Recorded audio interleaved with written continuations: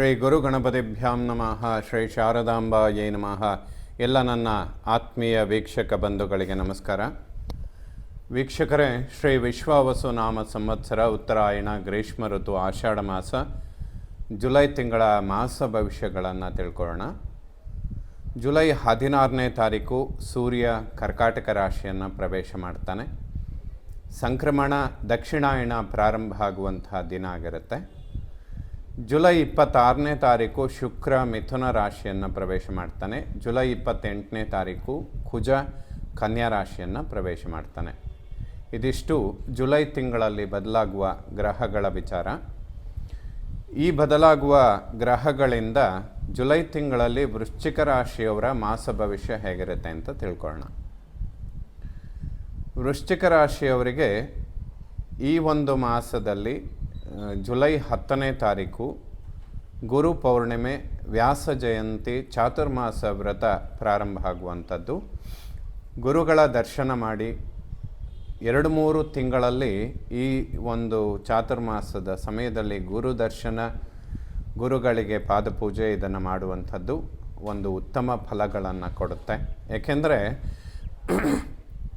ಗುರು ಅಷ್ಟಮ ಭಾವದಲ್ಲಿ ಸಂಚಾರ ಮಾಡ್ತಾ ಇರೋದ್ರಿಂದ ಗುರುಬಲ ಅನ್ನುವಂಥದ್ದು ವೃಶ್ಚಿಕ ರಾಶಿಯವರಿಗೆ ಇರೋದಿಲ್ಲ. ಈ ಸಮಯದಲ್ಲಿ 1 ವರ್ಷಗಳ ಕಾಲ ಒಂದು ರಾಶಿಯಲ್ಲಿ ಸಂಚಾರ ಮಾಡುವಂತಹ ಗುರುಬ್ರಹ್ಮ ಈ ವರ್ಷದಲ್ಲಿ ವರ್ಷದ ಅಂತ್ಯ ಭಾಗದಲ್ಲಿ ಕರ್ಕಾಟಕ ರಾಶಿಗೆ ಬರ್ತಾನೆ.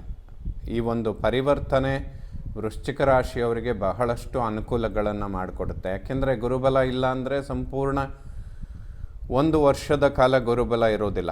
ಬಟ್ ಈ ಸರಿ ಆ ಥರ ಆಗೋದಿಲ್ಲ ಅವರಿಗೆ. ಪ್ರತಿ 3 ತಿಂಗಳಿಗೊಮ್ಮೆ ಗುರುಬಲ ಬರುತ್ತೆ, ಮತ್ತೆ ಬದಲಾಗುತ್ತೆ. ಈ ಥರದ ಪರಿವರ್ತನೆಗಳು ತುಂಬ ಇದ್ದಾವೆ. ಇದು ಅನುಕೂಲಗಳನ್ನು ಮಾಡಿಕೊಡುತ್ತೆ ವೃಶ್ಚಿಕ ರಾಶಿಗೆ. ಅಷ್ಟೇನು ಸಮಸ್ಯೆಗಳು ಉಂಟಾಗೋದಿಲ್ಲ. ಆದರೂ ಈ ಒಂದು ಸಮಯದಲ್ಲಿ ಗುರುಗಳ ಆರಾಧನೆ ಮಾಡಿದರೆ ತುಂಬ ಒಳ್ಳೆಯದನ್ನು ಕಾಣಬಹುದು.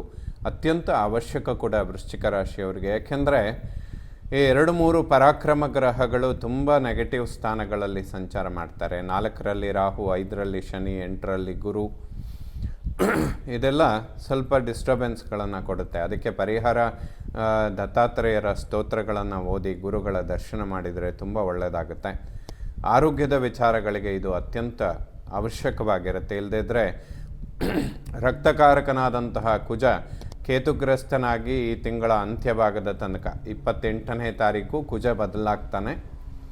ಅಲ್ಲಿಯ ತನಕ ಆರೋಗ್ಯದ ಬಗ್ಗೆ ಒಂದು ಸ್ವಲ್ಪ ಹೆಚ್ಚಿನ ಗಮನ ಕೊಡುವಂಥದ್ದು ಸೂಕ್ತ.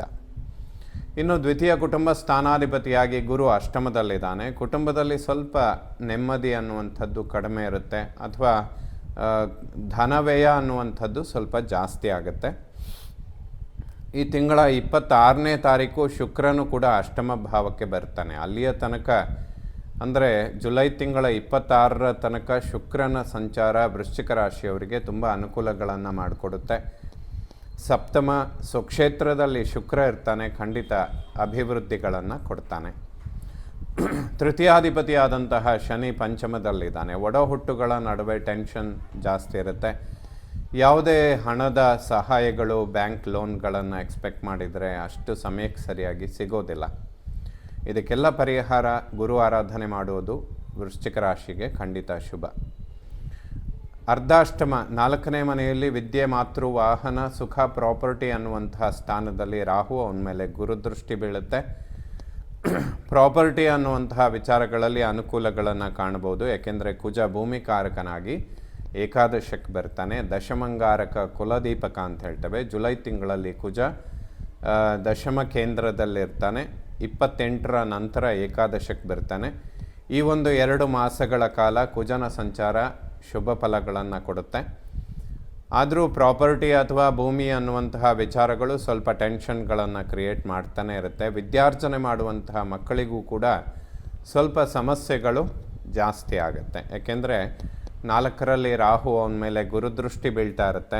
4ರ ಅಧಿಪತಿಯಾದಂತಹ ಶನಿ 5ನೇ ಮನೆಯಲ್ಲಿದ್ದಾನೆ, ಪಂಚಮಾರಿಷ್ಟ. ವಿದ್ಯಾರ್ಜನೆ ಇಂತಹ ವಿಚಾರಗಳಲ್ಲಿ ಆರೋಗ್ಯ, ಮಕ್ಕಳ ಆರೋಗ್ಯ, ಸಂತಾನ, ಇದಕ್ಕೆ ಸ್ವಲ್ಪ ಶನಿ ಟೆನ್ಷನ್ ಕೊಡ್ತಾನೆ. ಆಂಜನೇಯನ ದರ್ಶನ ಮಾಡುವಂಥದ್ದು ಖಂಡಿತ ಶುಭ ಆಗುತ್ತೆ. ಹನುಮಾನ್ ಚಾಲೀಸ ಕೇಳಿದರೆ ಖಂಡಿತ ಈ ದೋಷಗಳನ್ನು ಸ್ವಲ್ಪ ಮಟ್ಟಿಗೆ ಪರಿಹಾರ ಮಾಡಿಕೊಳ್ಳೋದಕ್ಕೆ ಸಾಧ್ಯವಾಗುತ್ತೆ. ವೃಶ್ಚಿಕ ರಾಶಿಯವರಿಗೆ ಶನಿ ಮತ್ತು ಗುರು ಎರಡು ಗ್ರಹಗಳಿಗೆ ಪರಿಹಾರದ ಅವಶ್ಯಕತೆಗಳು ಇರುತ್ತೆ.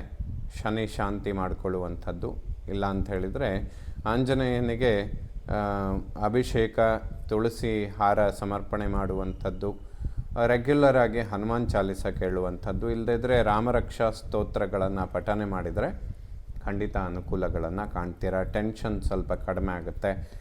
ಇಲ್ಲದಿದ್ದರೆ ಒಂದು ರೀತಿ ಯುದ್ಧದ ಸ್ಥಿತಿ ಇರುತ್ತೆ ವೃಶ್ಚಿಕ ರಾಶಿಯವರಿಗೆ.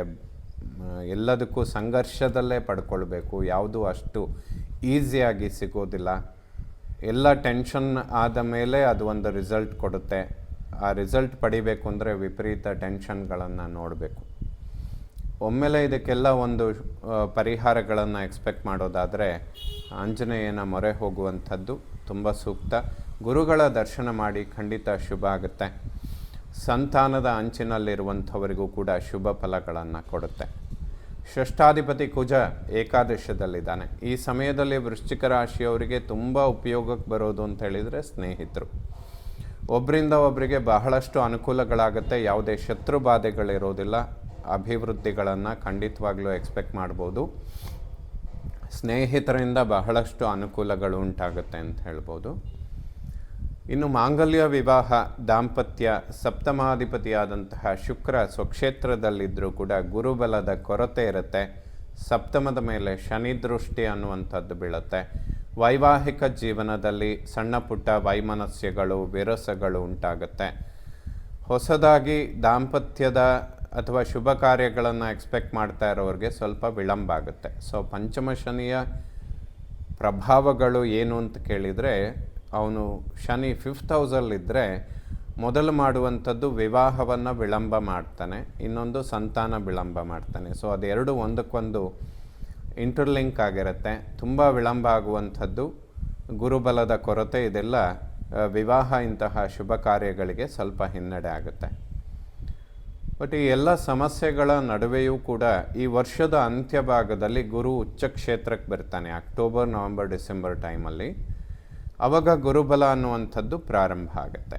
ಸೊ ಆ ಸಮಯದಲ್ಲಿ ಏನಾದರೂ ನಿಶ್ಚಯಗಳನ್ನು ಮಾಡಿಕೊಂಡ್ರೆ ಖಂಡಿತ ಮುಂದೆ ಶುಭ ಆಗುತ್ತೆ. ಮುಂದಿಂದನ್ನು ಯಾಕೆ ಹೇಳ್ತೇವೆ ಅಂದರೆ, ಈಗಿಂದ ಪ್ರಯತ್ನ ಮಾಡೋದಕ್ಕೆ ಒಂದು ಡೈರೆಕ್ಷನ್ ಅನ್ನೋದು ಖಂಡಿತ ಅವಶ್ಯಕವಾಗಿರುತ್ತೆ. ಸೊ ಯಾರೇ ವಿವಾಹಕ್ಕೆ ಪ್ರಯತ್ನಗಳನ್ನು ಮಾಡ್ತಾಯಿದ್ರು ಅದನ್ನು ಮುಂದುವರಿಸಿ. ಈ ವರ್ಷದ ಅಂತ್ಯಭಾಗದಲ್ಲಿ ಗುರುಬಲ ಪ್ರಾರಂಭ ಆಗುತ್ತೆ. ಖಂಡಿತ ಇದರಿಂದ ಮುಂದೆ ಅನುಕೂಲಗಳು ಉಂಟಾಗುತ್ತೆ.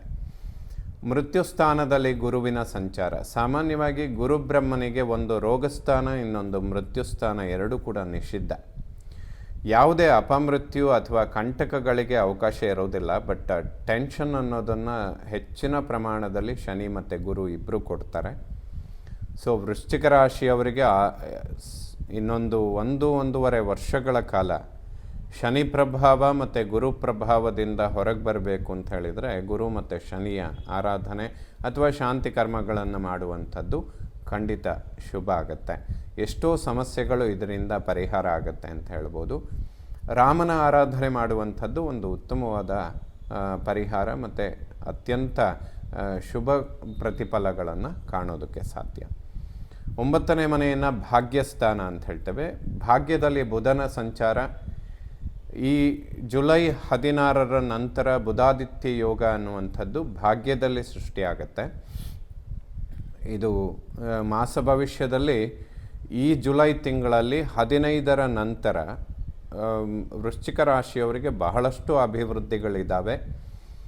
ಯಾವುದೇ ಪ್ರಯತ್ನಗಳನ್ನು ಮಾಡುವಂಥದ್ದಿದ್ದರೆ ಪ್ರಾಪರ್ಟಿ ವಿಚಾರ ಆಗ್ಬೋದು, ವಾಹನ ಆಗ್ಬೋದು, ಸ್ಥಿರ ಆಸ್ತಿಗಳು ಅಥವಾ ಉದ್ಯೋಗದ ಪರಿವರ್ತನೆಗಳು ಅಥವಾ ಉದ್ಯೋಗದಲ್ಲಿ ಪ್ರಮೋಷನ್ಗಳು, ಇದನ್ನೆಲ್ಲ ಜುಲೈ 16ರ ನಂತರ ಖಂಡಿತ ಎಕ್ಸ್ಪೆಕ್ಟ್ ಮಾಡ್ಬೋದು.